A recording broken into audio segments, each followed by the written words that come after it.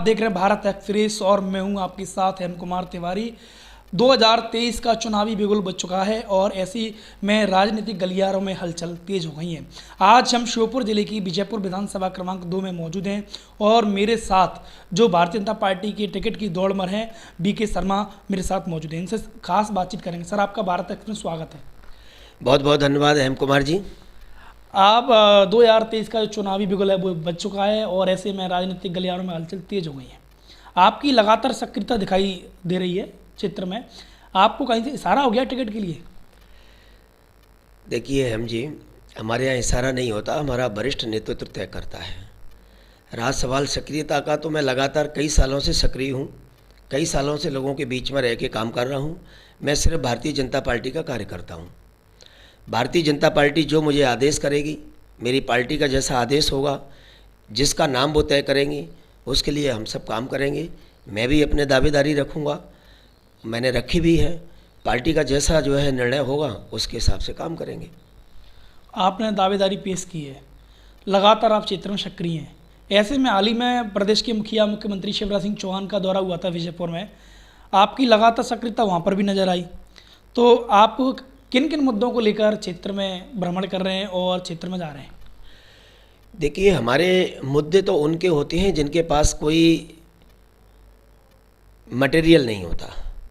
Bharatiya Janata party की सरकार इतना काम कर रही है जनता के हित में, इतनी सारी योजनाएं हैं गरीब परिवारों के लिए, जनता के लिए, स्टूडेंट्स के लिए। तो ये सारे ऑलरेडी जितनी सारी योजनाएं चल रही हैं भारतीय जनता पार्टी की सरकार की, उन योजनाओं को लोगों तक वो पहुँचे हैं। जो लोग उनसे अभी लाभान्वित नहीं हुए हैं बिना जानकारी के लिए, उनको वो जानकारी देकर के वो लाभ पहुँचे। लगातार भारतीय जनता पार्टी का जो है विकास का कार्य चल रहा है। अभी आपने देखा विजयपुर में अभी चैटीखेड़ा डैम की जो स्वीकृति हुई है, ये एक किसानों के लिए और हमारे क्षेत्र की जनता के लिए बहुत बड़ी सौगात है। इसी तरीके से श्योपुर जिले में मेडिकल कॉलेज, हमारे यशस्वी क्षेत्रीय सांसद और केंद्रीय मंत्री नरेंद्र सिंह तोमर साहब की द्वारा जो है प्रयासों से बहुत बड़ी सौगात श्योपुर को मिली है। इस तरह से विकास की एक लंबी यात्रा है और उस विकास की लंबी यात्रा को जनता तक वो सुचारू रूप से पहुँचे, इन सब मुद्दों को लेकर के हम जनता के बीच रहते हैं। इसके अलावा भी यदि कोई उनकी परेशानी होती है तो उसको सही जगह पर रखते हैं। ऐसे कितने गांव हैं जिनमें आपने भ्रमण किया है और उनमें खास करके जो समस्या है ग्रामीणों की वो निकल के आई हैं और आपने कितनी समस्याओं को समाधान कराया अपने माध्यम से? देखिए, विजयपुर विधानसभा भौगोलिक दृष्टिकोण से बहुत लंबी है और मेरा विधानसभा के अंतर्गत आने वाले लगभग सभी गांवों में दौड़े हुए हैं। छोटी मोटी समस्याएं जिनकी होती हैं वो जगह पे ही निपटाई जाती हैं और जो हमारे लायक नहीं होती हैं उनको हम अपने वरिष्ठ नेतृत्व को अवगत कराते हैं, माननीय तोमर साहब को अवगत कराते हैं। उनके माध्यम से जो है उन समस्याओं का निराकरण होता है। कैबिनेट मंत्री दर्जा प्राप्त चंद्रपाल सिंह भरैया से हमने बातचीत की थी तो उन्होंने साफ कहा था कि कुछ दबंगों द्वारा आदिवासियों की ज़मीन पर कब्जा कर रखा है। ऐसे में आपके द्वारा क्या कदम उठाए जाएंगे? देखिए, विजयपुर में इस तरह का कोई भी मामला अभी तक हमारे सामने नहीं आया है और आप भी मीडिया में काम कर रहे हैं। आप कोशिश करिए कि ऐसा कोई मामला अगर हुआ हो तो उनकी नॉलेज में कोई व्यक्तिगत मामला किसी का आया होगा तो उन्होंने अतिशीघ्र उसके लिए कदम उठाया होगा और उसका निराकरण अभी तक शायद हो चुका होगा। लेकिन ऐसा कोई विशेष किसी की ज़मीन को किसी ने दबाया हो, यहाँ विजयपुर, बीरपुर, सारे बेल्ट में मैं लगातार जा रहा हूँ, ऐसा मामला नहीं है। हो सकता है कराल क्षेत्र का कोई मामला उनके संज्ञान में आया हो।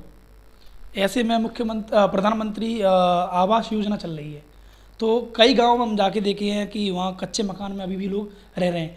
ऐसे कितने गाँव हैं जिन्होंने आपने भ्रमण किया और आपको ऐसी समस्या मिली है?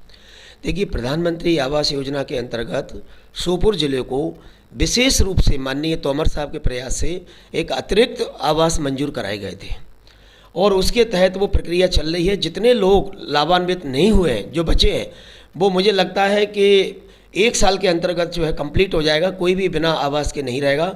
लगभग 90% से ऊपर लोगों को आवास मिल चुके हैं। अब आप जाइए किसी गांव में जाके देखिए तो बिना आवास के आपको 1 या 2 ऐसे कोई परिवार मिल सकते हैं, ज़्यादातर आवास सबको मिल चुके हैं। अगर ऐसे में भारतीय जनता पार्टी अगर आप पर दाव खेले तो आपके मुद्दे कौन कौन से होंगे? विकास का मुद्दा, जो हमारी पार्टी विकास लगातार कर रही है। एक तरफ इतनी सशक्त सरकार, इतना सशक्त नेतृत्व और एक तरफ दूसरी पार्टी जो नेतृत्व विहीन है, तो दोनों में कोई अंतर ही नहीं, मतलब कोई बहुत बड़ा अंतर है, दोनों का कोई कंपैरिजन नहीं है। हमारा जो वरिष्ठ नेतृत्व इतना सशक्त है, उनके माध्यम से, उनके दिशा निर्देश में भारतीय जनता पार्टी का प्रत्येक कार्यकर्ता हर विधानसभा पर और हर बूथ पर काम करेगा और प्रचंड बहुमत के साथ भारतीय जनता पार्टी की सरकार पुनः 2023 में बनेगी। युवाओं के लिए, रोजगार के लिए आप क्या करेंगे? देखिए, अभी मैं उस स्थिति में नहीं हूँ करने की मैं, लेकिन युवाओं के लिए हमारी सरकार कितने काम कर रही है। अभी आप देखिए, माननीय यशस्वी मुख्यमंत्री जी ने अभी एक योजना चलाई है, जिसका अभी भोपाल में जो है माननीय मुख्यमंत्री जी ने जिसका प्रारंभ किया था। इंडिपेंडेंट योजनाएं, खुद इंडिपेंडेंट होकर के कार्य करने के लिए सरकार उनको प्रोत्साहित कर रही है। ये युवाओं के रोजगार में बहुत बड़ा लाभ मिलेगा उससे। शिक्षा को सुधार के लिए आप क्या करेंगे? शिक्षा में काफ़ी सुधार हुआ है। अभी विजयपुर में सीएम राइज स्कूल एक शिक्षा की ओर बढ़ता हुआ बहुत बड़ा कदम है।